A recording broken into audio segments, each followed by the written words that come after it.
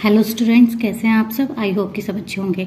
चलिए आज हम टाइप पढ़ लेते हैं हाउसेस के, ठीक है। और इसमें सारे हाउसेस आज हम कवर कर लेंगे। चलिए स्टार्ट करते हैं। असम के मकान, और यहाँ से एक क्वेश्चन 101% आएगा ही आएगा, ठीक है। चलिए असम के मकान अभी कैसे कैसे होते हैं देख लेते हैं। हमारे घर जमीन से लगभग 10 से 12 फीट या फुट ऊंचे बने होते हैं। अब आपको ये ध्यान रखना है, 10 से 12 फुट, ठीक है। और इन्हें मजबूत बांस के खंभों पर बनाते हैं। ये घर अंदर से भी लकड़ी के बने होते हैं, ये ध्यान रखना है आपको।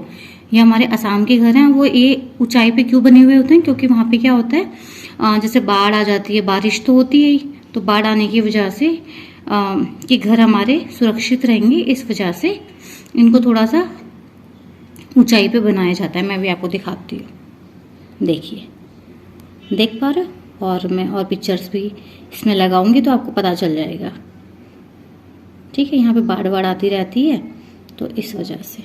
चलिए आगे चलते हैं। अब हम पढ़ लेते हैं हाउस ऑफ मनाली। मनाली के मकान, मनाली के जो मकान होते हैं वो कैसे होते हैं, इसके बारे में हम जान लेते हैं। मनाली जो एक पहाड़ी इलाका है, हमारे यहाँ भी बारिश बहुत होती है और बर्फ़ भी पड़ती है, ठीक है। मनाली जो है हमारे हिली एरिया है, तो यहाँ पे बारिश बहुत होती है और बर्फ़ भी बहुत पड़ती है। तो हमारे जो मकान होते हैं वो पत्थर या लकड़ी से बनते हैं, और उनकी जो ऊपर की जो छतें होती है ना, देखिए किस तरीके से होती है, दिख रही है आपको, ताकि जो पानी है वो डायरेक्ट नीचे आ जाए, इकट्ठा ना हो। और बर्फ़ पड़ती है तो भी उसके लिए इस तरह से ढलाने होती है। चलिए आगे चलिए। अब हम पढ़ेंगे लद्दाख के मकानों के बारे में। ये मैंने कुछ जो भी इम्पोर्टेंट पॉइंट्स थे वो भी इसके साथ इंक्लूड कर लिया है मैंने, ठीक है। चलिए, इसमें क्या होता है कि जो हमारे लद्दाख के जो मकान होते हैं उसकी निचली मंजिल में कोई खिड़की नहीं होती है, ठीक है, क्योंकि ठंड, वहाँ पे भी ठंड बहुत रहती है। ठंडा रेगिस्तान इसको बोलते हैं, सूखा समतल और ठंडा रेगिस्तान, ठीक है। और इसमें क्या होता है कि नीचे की जो मंजिल होती है उस पर कोई खिड़की तो होती नहीं है, तो नीचे की मंजिल पर जानवरों को रहने के लिए रखा जाता है। और जो भी हमारा ज़रूरत का सामान होता है ना, उसको भी स्टोर करके रखा जाता है, ठीक है। और वहाँ पे जब आप जाओगे तो वहाँ के जो लोग हैं वो झूले झूले बोलते हैं, जिसका मीनिंग होता है वेलकम। मैंने यहाँ पे मेंशन भी किया हुआ है, ठीक है, मैंने लिख दिया है ताकि आपको पॉइंट्स ध्यान रहेंगे। सारी चीज़ें मैंने इसमें इंक्लूड की हुई हैं, आप देख लीजिएगा, ठीक है।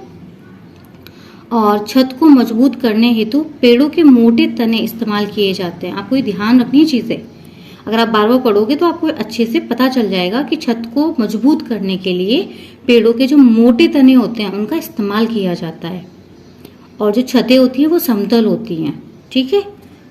और जो लद्दाख होता है वहाँ पे बहुत कम बारिश होती है, ये भी आप याद रखना, ठीक है।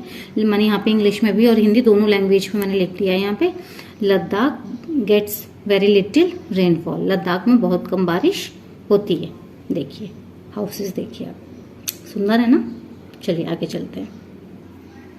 लद्दाख में क्या होता है कि सर्दियों में जो नीचे की जो मंजिल होती है उस पर लोग, जब ज़्यादा ठंड बढ़ जाती है तो वो नीचे वाली मंजिल पे आ जाते हैं, क्योंकि उनकी जो दीवारें होती हैं वो काफ़ी मोटी मोटी होती हैं, और जो फर्श होता है वो लकड़ी का होता है, और छत जो है वो ठंड से बचाती है। ये तो कॉमन सी चीज़ है वैसे, पर आप फिर भी ध्यान रखना कि जो फर्श होता है वो लकड़ी का होता है, ठीक है।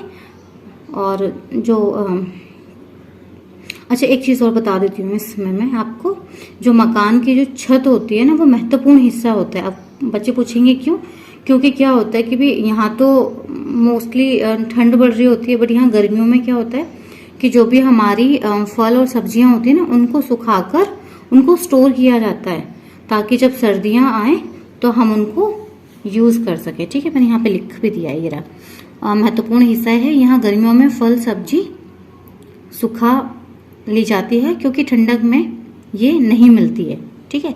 तो इस वजह से चलिए आगे चलते हैं। अब हम चंगपा के बारे में पढ़ लेते हैं, ठीक है। ये सारा डिटेल में लिखा हुआ है, आप देख लीजिए। अब मैं चंगथांग इलाके की ओर बढ़ रहा था। लगभग 5000 मीटर की ऊंचाई पर बना ये मैदानी इलाका बिल्कुल सुनसान और पथरीला था। इतने बड़े इलाके में सिर्फ 5,000 लोग, चंगपा घुमंतु लोग होते हैं, यानी कि ये एक जगह से दूसरी जगह। चलिए राजस्थान के मकान के बारे में पढ़ लेते हैं कि आपको मालूम ही है कि राजस्थान जो है वो हमारा रेतीला स्थान है, जहाँ पर गर्मी बहुत होती है और यहाँ पे रेत ही रेत है।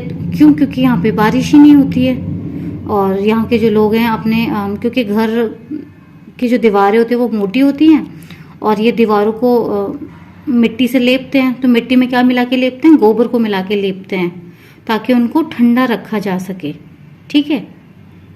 और जैसे जो छतें होती हैं वो कटीली झाड़ियों की बनी हुई होती हैं। ये सारे पॉइंट्स इसमें इंक्लूड हैं। घरों की दीवारें बहुत मोटी होती हैं, इन दीवारों को मिट्टी से लेप पोत कर सुंदर बनाया जाता है। छतें कटीली झाड़ियों की बनी होती हैं, ठीक है। देखिए कश्मीर के मकान के बारे में पढ़ लेते हैं। कश्मीर के मकान कश्मीर में शिकारा घूमने हेतु तथा हाउस बोट टूरिस्ट हेतु प्रयोग होता है। ओके, हाउस बोट जो होती है वो 80 फुट इसकी लंबाई होती है और 8 से 9 फुट चौड़ाई के होते हैं। ये देख लीजिए कितनी बड़ी होती है, ठीक है। चलिए आगे चलते हैं। डल लेक व झेलम नदी दोनों श्रीनगर में है, ठीक है। और हाउस बोट में खास डिजाइन बना होता है जिसे खत्म बंद कहते हैं, ये ध्यान रखना। जैसे मैं दिखा दूंगी, चलो आपको। कश्मीर में मकान की खिड़कियां जो होती हैं वो बाहर की ओर उभरी हुई होती हैं, उन्हें क्या कहते हैं? हम डब कहते हैं। ओके, ये देखिए इसमें ये picture actually black and white है ना, तो नजर ही नहीं आ रहा है। चलिए कोई बात नहीं, अब हम आगे का टॉपिक करते हैं। चलिए थोड़ा सा बकरवाल लोगों के बारे में हम पढ़ लेते हैं। ये मैंने यहाँ पे लिख भी दिया है, बकरवाल लोगों के मकान, ठीक है। इंग्लिश में यहाँ पे भी मैंने नोट डाउन कर दिया है। इसमें यह है बकरवाल लोग लकड़ी व मिट्टी के घरों में रहते हैं। ये बकरियां चराते हैं। चलिए आगे चलते हैं। दुनिया की छत के बारे में पढ़ लेते हैं। रूफ ऑफ द वर्ल्ड, ठीक है। यह है राख की रस्सी शीर्षक लोक कथा तिब्बत से संबंधित है। ध्यान रखनी चीजें, जिसे दुनिया की छत कहा जाता है क्योंकि यह बहुत ऊंचे पठार पर स्थित है। क्यों कहा जाता है? क्योंकि यह बहुत ऊंचे पठार पर स्थित है। तिब्बत की हवा में नमी बहुत है, इस वजह से यहाँ बरसात और बर्फबारी कम होती है। खुश्क मौसम में पेड़ पौधे बहुत नहीं होते हैं। तिब्बत का पूर्वी भाग ही ऐसा है जहाँ घने जंगल पाए जाते हैं। उन जंगलों में पेड़ पौधे पशु पक्षियों को दुर्लभ किस्में मिलती है। चलिए आगे चलते हैं। आप ये पिक्चर देखिए, ये मैंने पिक्चर भी लगा दी है और एक दो चीज़ें मैं और बता देती हूँ, ओरली बता देती हूँ। तिब्बत की जो मिट्टी है वो कैसी है? रेतीली है। तो कहीं पर कैसी है? काली पीली, ठीक है भाई। कहीं तो रेतीली है, कहीं काली पीली है। और तिब्बत में जो लगभग 1500 झीलें हैं।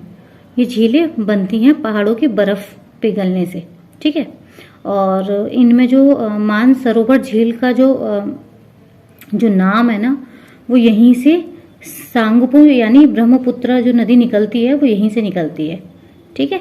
चलिए आगे चलते हैं। और आप कहोगे तो मैं नोट कर देती हूँ। चलो आप कह रहे हो तो मैं कर देती हूँ। रुको एक सेकेंड, मैं नोट कर देती हूँ ताकि आपको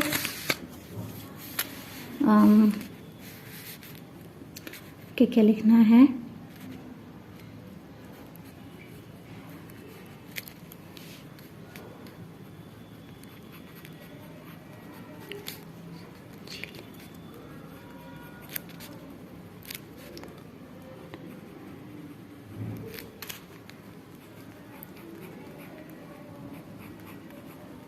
सांगपो यानी ब्रह्मपुत्र।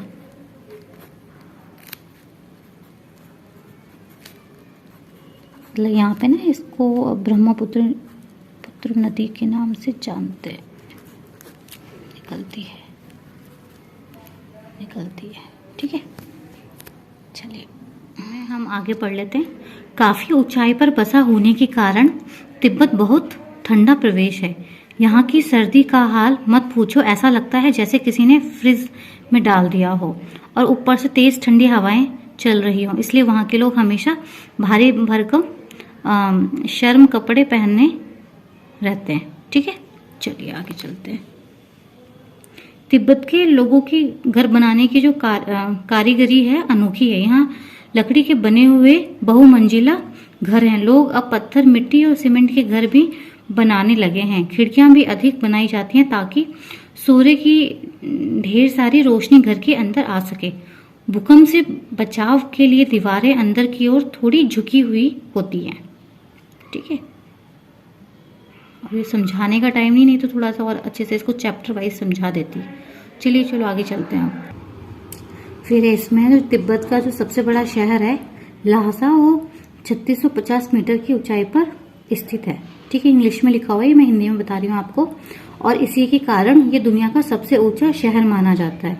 ये क्वेश्चन एक बार पूछा हुआ है तो आप थोड़ा सा ध्यान रखना। ठीक है, ये इंग्लिश में लिखा हुआ है। It is the largest city in Tibet.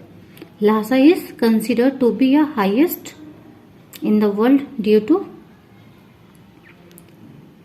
its location at an altitude of 650 metre.